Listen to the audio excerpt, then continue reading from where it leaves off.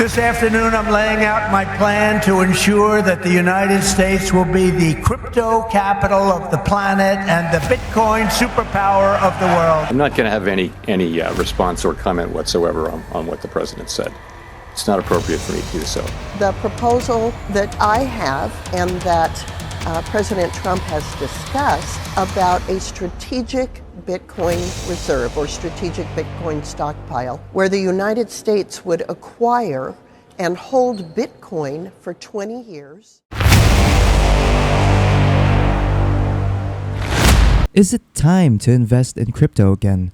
Hello everyone, welcome back to Trump Media, and in today's video, we will be discussing about Trump on why he wants US or the United States to be a crypto capital. But if you guys want more videos like these, don't forget to leave a like and subscribe, and of course share it with the people you know so that we will keep making these kinds of videos.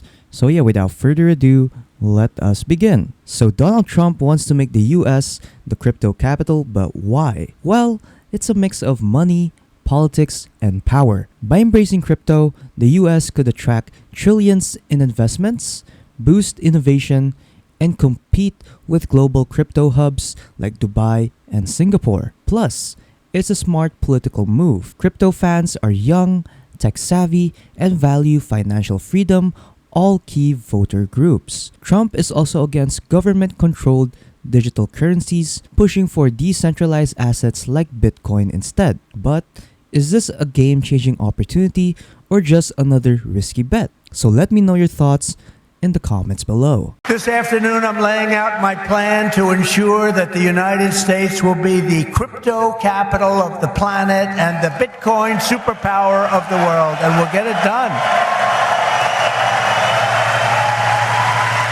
If crypto is going to define the future, I want to be mined, minted, and made in the USA. It's going to be. It's not going to be made anywhere else. And if Bitcoin is going to the moon, as we say, it's going to the moon, I want America to be the nation that leads the way. And that's what's going to happen. I pledge to the Bitcoin community that the day I take the oath of office, Joe Biden and Kamala Harris's anti-crypto crusade will be over. It will end. It'll be done.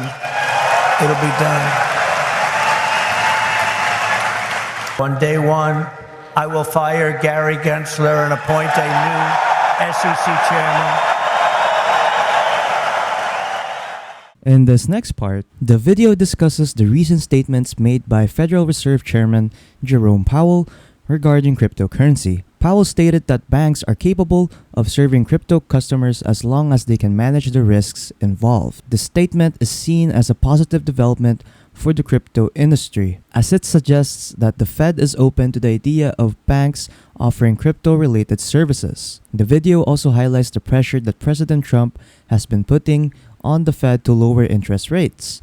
While Powell has declined to comment on Trump's statements, the video suggests that Trump may be seeking to influence the Fed's monetary policy. Finally, it discusses the potential for a strategic Bitcoin reserve in the United States. This proposal, which has been discussed by both President Trump and Senator Cynthia Lummis, would involve the US government acquiring and holding Bitcoin. The video argues that such a reserve could help to shore up the US dollar and reduce the national debt. Overall, the video presents a bullish outlook for the cryptocurrency market. It suggests that the regulatory environment for crypto is becoming more favorable, and that the US government may be increasingly interested in embracing Bitcoin. So our role with Bitcoin really is to look at, with crypto, really is to look at the banks.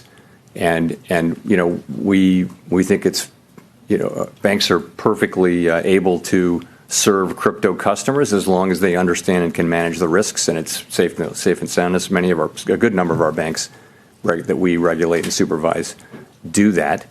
The threshold has been a little higher for banks engaging in crypto activities, and that's because they're so new, and we don't want to make the mistake. If you're making a choice to conduct that activity inside a bank, which is inside the federal safety net with deposit insurance, then you want to be pretty sure that it's a safe and sound activity. So, we're not against innovation, and we certainly don't want to take actions that would cause banks to to terminate customers who are perfectly legal just because of excess risk aversion, maybe related to regulation and supervision.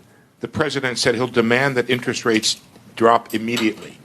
So I guess I have a three-part question. Has the president done this to you? Has he made that demand?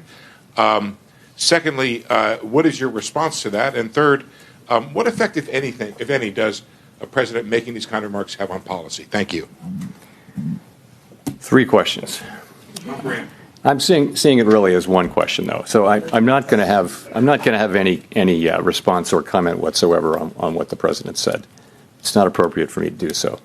The public should be confident that we will continue to do our work as we always have, focusing on using our tools to achieve our goals and really keeping our heads down and doing our work, and that's how we best serve the public. There's an appetite now to do a statutory framework for digital assets. Senator Kirsten Gillibrand and I have been working on that for years. We'll now move to that in early 2025 as opposed to later in 2025. The other thing is the proposal that I have and that President Trump has discussed about a strategic Bitcoin reserve or strategic Bitcoin stockpile, where the United States would acquire and hold Bitcoin for 20 years.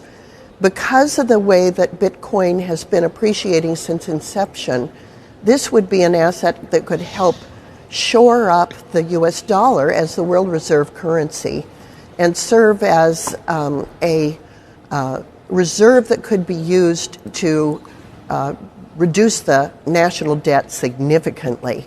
The American people are still hurting from inflation, from high prices, and they want the national debt reduced.